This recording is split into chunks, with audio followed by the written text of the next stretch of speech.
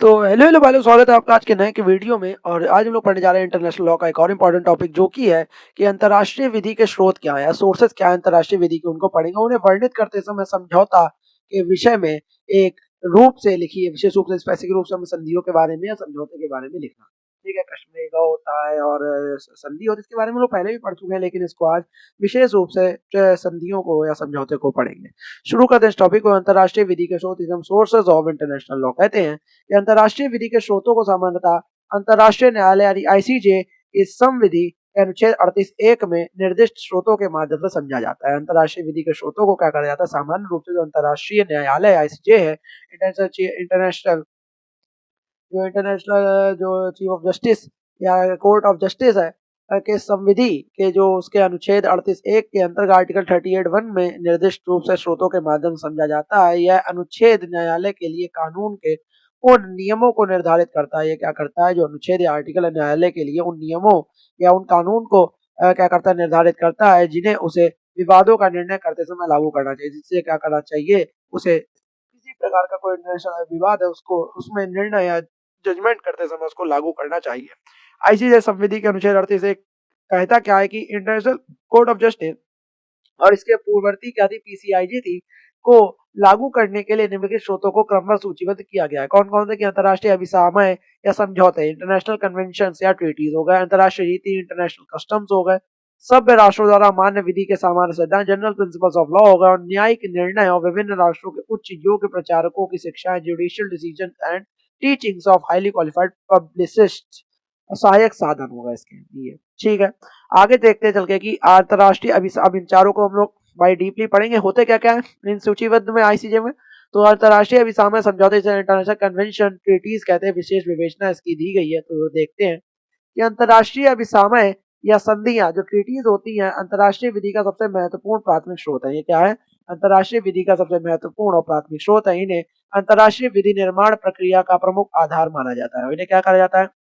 International जो law making की जो प्रोसेस है, उसका प्रमुख आधार माना जाता है, क्योंकि ये राज्यों की स्पष्ट और लिखित सहमति, क्योंकि ये क्या करते हैं? राज्यों की स्पष्ट और लिखित सहमति यानी एक्सप्रेस कंसेंट पर क्या होते हैं? आधारित होते हैं। इसकी परिभाषा देखते हैं, तो परिभाषा ये कह रही है कि संधि यानी ट्रीटी का अर्थ है राज्यों के बीच लिखित रूप में किया गया एक समझौता जो अंतर्राष्ट्रीय विधि द्वारा शासित का होता है। संधि या ट्रीटी का अर्थ यह होता है कि राज्यों के बीच जो लिखित रूप से किया गया एक समझौता है, जो अंतर्राष्ट्रीय विधि इंटरनेशनल लॉ द्वारा क्या होता है? शासित होता है। चाहे वह एक ही दस्तावेज में हो या दो से अधिक संबंधित दस्तावेज हो, चाहे वो एक ही दस्तावेज में पर्टिकुलर हो या दो से अधिक जो है संबंधित दस्तावेजों में हो, और चाहे उसका नाम सॉरी और चाहे उसका नाम क्या हो, कुछ भी हो, चाहे उसका नाम क्या हो, कुछ भी हो, जैसे कन्वेंशन, चार्टर, समझौता, प्रोटोकॉल आदि कुछ भी हो। यह परिभाषा वियना संधि कानून कन्वेंशन, जो वियना संधि कानून कन्वेंशन था, यानी कि 1969 से ली गई है। यह जो परिभाषा है वो कहाँ से ली गई? संधि या ट्रीटी की वियना संधि कानून कन्वेंशन 1969 से ली गई है। ठीक है, संधियों के प्रकार देख लें, ट्रीटीज के या विसामय के प्रकार देखते हैं। संधियों को उनके उद्देश्य के आधार पर दो प्रमुख श्रेणियों में विभाजित किया गया है। जो संधियां हैं उनको उनके उद्देश्य के आधार पर क्या कहा जा सकता है? दो मुख्य श्रेणियां मेन जो एक सीरीज में विभाजित किया गया है। कौन कौन सी दो मुख्य श्रेणियां? इधर प्रकार लिखा है संधियों का, इधर कानूनी नाम है उनका, इधर उनका विवरण दिया गया। पहला प्रकार है कि विधि निर्माण संधियां, कि लॉ मेकिंग ट्रीटीज जो होती हैं, जैसे कानूनी नाम से ट्रीटीज लेजिस्लेटिव, जिसे क्या कहते हैं? ट्रीटीज लेजिस्लेटिव कहते हैं। और ये विवरण देखें तो ये संधियां कानून के सामान्य नियम स्थापित करती हैं। संधियां क्या करती हैं? कानून के सामान्य नियम स्थापित करती हैं, जो हस्ताक्षरकर्ता राज्यों के सर्वव्यापी रूप से बाध्यकारी होती है, जो के लिए जो होती है हस्ताक्षरकर्ता, जो उन संधियों पे हस्ताक्षर कर रहे हैं जो भी राज्य, उनके लिए सर्वव्यापी रूप से बाध्यकारी है, यूनिवर्सली बाइंडिंग होते हैं। उदाहरण के रूप में देखते हैं अनक्लॉज 1982 या वियना कन्वेंशन, सब पे जो जिनने जिनने साइन करा उन पर बाध्यकारी है। ठीक है, और एक होती है संविदा संधियां। संविदा संधियां जिन लोग कॉन्ट्रैक्ट ट्रीटीज कहते हैं, ट्रीटीज कॉन्ट्रैक्ट्स कहते हैं। ठीक है, ट्रीटी कॉन्ट्रैक्ट्स कहते हैं। ये संधियां कुछ राज्यों के बीच विशिष्ट लेन देन या संविदात्मक संबंधों को नियंत्रण करती हैं। और ये संधियां कुछ क्या होती हैं? राज्य के बीच विशिष्ट कोई स्पेसिफिक लेन देन या इम्पोर्ट एक्सपोर्ट कोई भी प्रकार का जो संविदात्मक संबंध को क्या करती है? नियंत्रण करती, कंट्रोल करती है। उदाहरण देखते हैं, जैसे सीमा समझौता कर लिया, किसी ने कोई व्यापार समझौता कर लिया, ट्रेड के रिलेटेड कुछ भी कर लिया अपने तरीके से, एक तरीके से एक कॉन्ट्रैक्ट होता है दो राज्यों के बीच में, समझो संधि उसे कहते हैं। ठीक है, और बाध्यकारी शक्ति ये देखते हैं कि संविदा सिद्धांत का बाध्यकारी शक्ति देखते हैं संविदा सिद्धांत जो लोग पैक्टा संट सर्वांडा, ये हम लोग मैं पहले वीडियो में बता चुका हूँ। जो पैक्टा संट सर्वांडा या संविदा सिद्धांत जो होता है वो कैसे होता है। बाध्यकारी शक्ति देखें तो संधियों की बाध्यकारी शक्ति का आधार रोमन कानून का सिद्धांत है। जिसे क्या जो कौन सा सिद्धांत है, पैक्टा संट सर्वांडा, इसे क्या कहते हैं, पैक्टा संट सर्वांडा।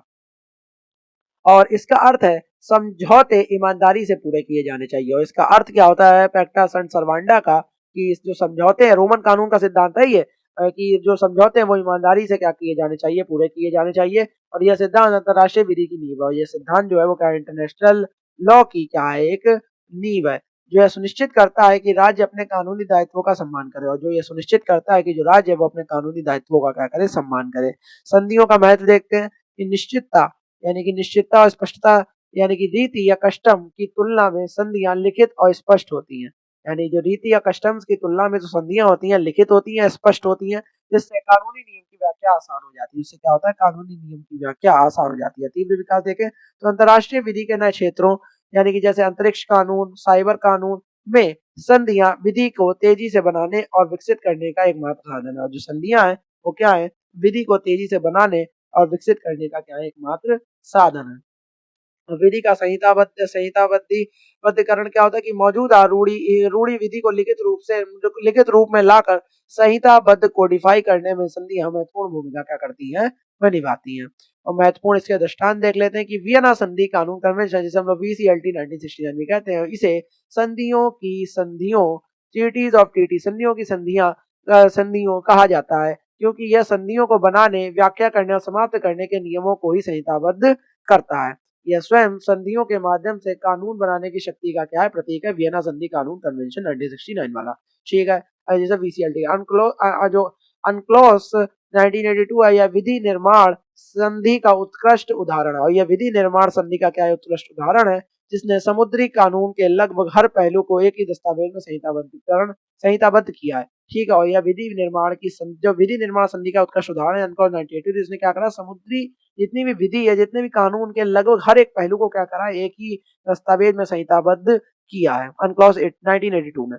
अंतरराष्ट्रीय रीति इंटरनेशनल कस्टम्स को देखते हैं तो रूढ़ी विधि, जिसे हम कस्टमरी लॉ कहते हैं, वह विधि है जो राज्यों के सामान्य और सुसंगत व्यवहार, जनरल एंड कंसिस्टेंट प्रैक्टिस से उत्पन्न होती है, जिसे वे कानूनी रूप से बाध्यकारी मानते हैं। वे क्या करते हैं, कानूनी रूप से बाध्यकारी मानते हैं। दो आवश्यक तत्व भी इनके देख लो कि राज्य व्यवहार, जिसे हम लोग स्टेट प्रैक्टिस कहते हैं, यह क्या होता है कि यह भौतिक तत्व है। क्या एक भौतिक तत्व है, राज्यों द्वारा किया जाता है। यह सुसंगत, समान और व्यापक होना चाहिए। और यह क्या होना चाहिए, सुसंगत भी होना चाहिए, समान भी होना चाहिए और व्यापक भी होना चाहिए। ओपिनियो ज्यूरिस यह मनोवैज्ञानिक तत्व है। राज्य ऐसा क्यों करते हैं, इसका अर्थ है कि राज्य उस व्यवहार को कानूनी दायित्व या लीगल ऑब्लिगेशन के रूप में स्वीकार करते हैं, ना कि केवल शिष्टाचार और सौजन्य के रूप में।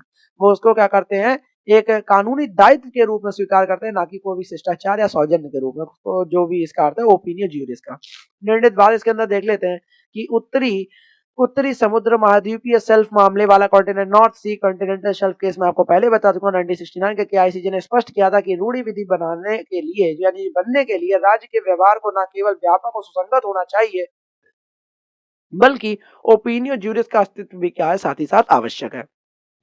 और सब राष्ट्रों द्वारा मान्य विधि के सामान्य सिद्धांत देख लेते हैं तो ये वे मौलिक कानूनी सिद्धांत हैं जो लगभग सभी प्रमुख राष्ट्रीय कानूनी प्रणाली व नेशनल लीगल सिस्टम में सामान्य रूप से मान्यता प्राप्त है। कार्य इसका देखें, ये सिद्धांत अंतरराष्ट्रीय विधि में रिक्तता को भरने फिल गैप्स और न्याय संगत निर्णय सुनिश्चित करने के लिए क्या होते हैं, लागू किए जाते हैं। उदाहरण देखें तो दायित्वों का अच्छा विश्वास में पाना या पैक्टा सर्वांडा संधि कानून में भी लागू है। कोई भी व्यक्ति अपने ही मामले में न्यायाधीश नहीं हो सकता, नेमो जुडिस इन कॉजा सुआ, और किसी भी व्यक्ति को सुने बिना दंडित नहीं किया जाना चाहिए। और किसी भी व्यक्ति को क्या नहीं किया जाना चाहिए, सुने बिना दंडित नहीं किया जाना चाहिए, इसके कार्य है, ठीक है। ऑडी अल्ट्रम पार्टम मैंने आपको पहले बताया, ये सब टॉपिक वो बहुत पहले भी पढ़ चुके हैं। ये सब घूम फिर के एक ही जगह आते हैं, हर जगह ये चीजें घूम फिर के भाई कंटिन्यू रिपीट हो रही है हर एक लॉ में, हर एक चीज में, ठीक है। तो आपको इसको थोड़ा डीपली समझना पड़ेगा। सहायक साधन देख लेते हैं। सब्सिडियरी मींस क्या होते हैं, ये स्रोत सीधे नियम नहीं बनाते हैं, बल्कि आईसीजे को विधि के नियम की व्याख्या और निर्धारण में सहायता करते हैं। ये जो स्रोत होते हैं, सोर्सेज होते हैं, वो सीधे नियम नहीं बनाते हैं, बल्कि आईसीजे को विधि के नियम की व्याख्या और निर्धारण में सहायता करते हैं।